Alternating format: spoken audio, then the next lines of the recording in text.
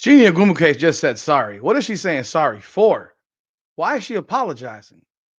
What is the apology for? Why is she apologizing? I'm going to ask the question again. Chiney Ogwumike is apologizing. I want to know why she's apologizing. Because she stood hard on what she said. She told us that things were popping off. She told us that the things that she heard, things were popping off. We all know who she was hearing things from. And now here she is making an apology, and people are supposed to just sit here and say, no problem. No, that's not how things work. Sorry, your apology runs very hollow. You are an ESPN personality. You are an ESPN personality. Just because you have your own podcast, you don't get carte blanche to say whatever you want like that. But she felt like she did. And you can bet your ass that the reason she's apologizing here is because ESPN told her to.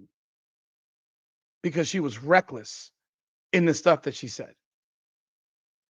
It was dangerous, the stuff that she said. So we'll look at this and let's talk about it. Welcome back, everyone, to another edition of Rudy's Rant, Her Game, Her Way Women's Basketball. Talk facts over feelings. Like, subscribe, and follow. Ring that bell, leave a comment. Appreciate everyone who jumped on board live tonight. I just got off the live and I'm making this video. Like I said, I'm going to make a video specifically to this because I got some more comments for this specific topic. But man, this is ridiculous. This type of run back. How about you just not say shit to begin with? How about you taking a stance the other direction and say, nobody heard anything? Why are we doing investigations based on some imbeciles on Twitter? Why is a Twitter comment turning into an investigation in the WNBA against an entire fan base, against an entire franchise? Why didn't she come from that perspective? No. That's not the perspective she came from. She came from the perspective of, and the angle of, man, it's dangerous playing in Indiana. Man, players voice what they, may have heard certain things, but no one heard anything. No one heard anything. So I'm going to play back her initial comments and then play you her apology. So I'm going to use my own video because I can't find the old one. Who knows? Maybe she deleted it. I'm not trying to find it. I'll use my own video to back up what I'm saying here today. So this is the original video from Chiney Ogwumike where she talked about the investigation in the WNBA. Take a listen. This is Chiney Ogwumike on the Chiney Show. Comes growing pains. I don't want to live in a WNBA where I believe all fans are bad or most fans are bad or certain fans of certain teams are bad. I can't live in a WNBA like that. I'm going to stop her right there. Has she been to an NBA game before? NBA games are largely men and a lot of men who get drunk. Have you seen the New York Knicks fans and their reactions to being in the, let me move this ahead. Let me get back to her speaking actually.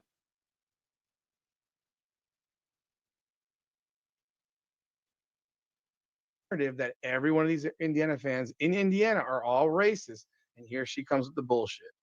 But still, you have to understand that there's some language from maybe a few bad actors that were caught up in microphones or by the ears of players that were out of bounds, which caused the WNBA to make an investigation. Now, this goes back to last year because a lot of the rhetoric that the WNBA players were like, we were so used to being called crazy things. I've been called the N-word. I've been called monkey. I've been called all these crazy things growing up in Texas. And my okay. I'm gonna move it ahead because this is back that again. Let me move back. The microphones didn't pick anything up, but let's continue. Parents taught me to have thick skin and understand that that is a small minority and that the majority will see you for who you are. And you keep, and the beat goes on. Like it makes you stronger and tougher, even though that's something that no one should ever have to deal with. But players were dealing with things that were so much worse. Death threats. Prove it. I'm still waiting for the proof. I'm still waiting for the proof of these death threats. You know what I've received? I've received physical threats. I've received it. They want to be stupid on the phone, providing it. You have the ability. Sorry about that, folks. I'm just trying to get to this next point where she's still talking. It's my problem. I have a big mouth. I talk a lot, calls for people to not recover from serious traumatic life events. Players that have fought through so much. Who cares? That's stupid. Like that happens in the NBA all the time. Who cares? A lot of the rhetoric was problematic last year. So they challenged the commissioner, they challenged the WNBA to do something about it. Finally, a year later, they did. I don't know if people peep this, but this is important to note. Around the WNBA draft, they announced the WNBA task force and also the implementation of a new technology to monitor social media, monitor threats, and be able to create a safer place for the players to exist with an influx of fans that some of them might be coming in and creating threats in a way that we haven't seen in a long time. So there you have that one. That's what she had to say in that video. And this is her apology.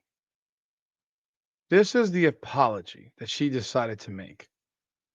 And she thinks that this apology is worth anything. Sorry about that. This is what she thinks is worth something. This apology ain't worth shit to me, but you can listen to it yourself.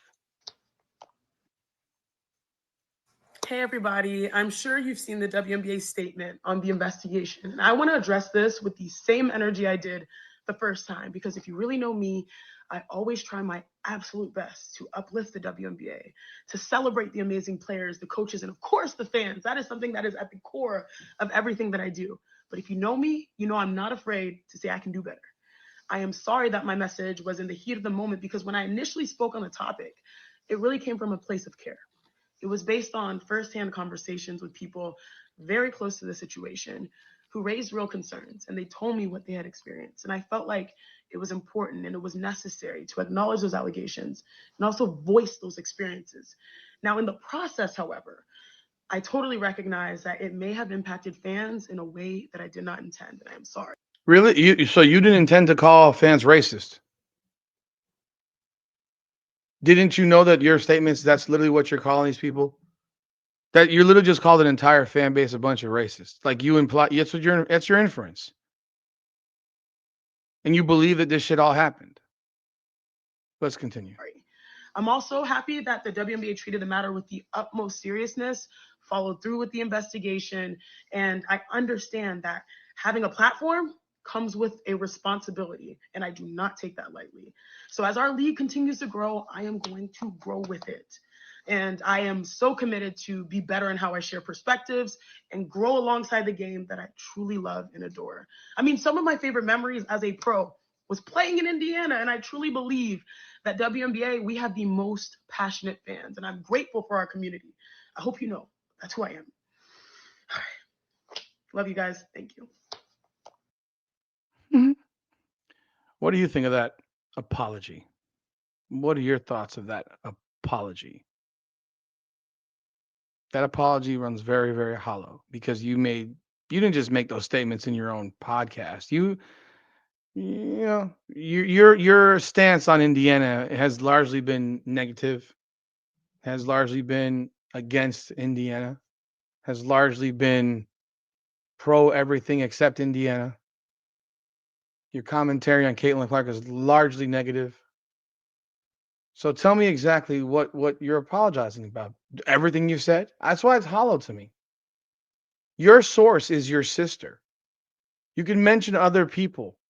Don't know who they are. Your source is your sister. Your sister is the president of the WNBPA. I mean, she's the president of the WNBPA. You don't have, there's no credibility in what you're saying because everything you're saying is slanted and created with a narrative. So it doesn't work. It doesn't roll for me as someone watching this. I don't buy it. I don't buy it at all. And you saying you're sorry about the things that you pushed? You pushed hate. You pushed hate. You pushed people to basically continue to run with this thought process and narrative that the Indiana Fever fan base is nothing but a bunch of racist assholes. Do you do that for the Indiana Pacers? They play in the same building. They play in the same state, in the same city. Largely the same fans.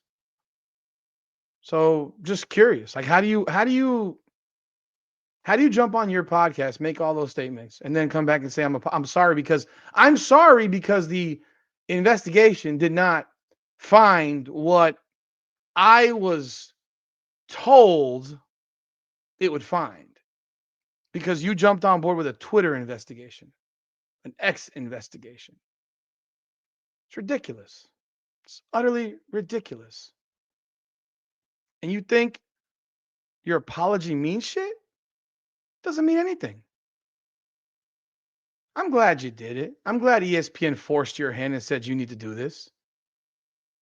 I'd also be a lot more impressed if you start speaking more balanced, with a more balanced approach when it comes to Indiana Fever, Caitlin Clark, in comparison to the rest of the WNBA.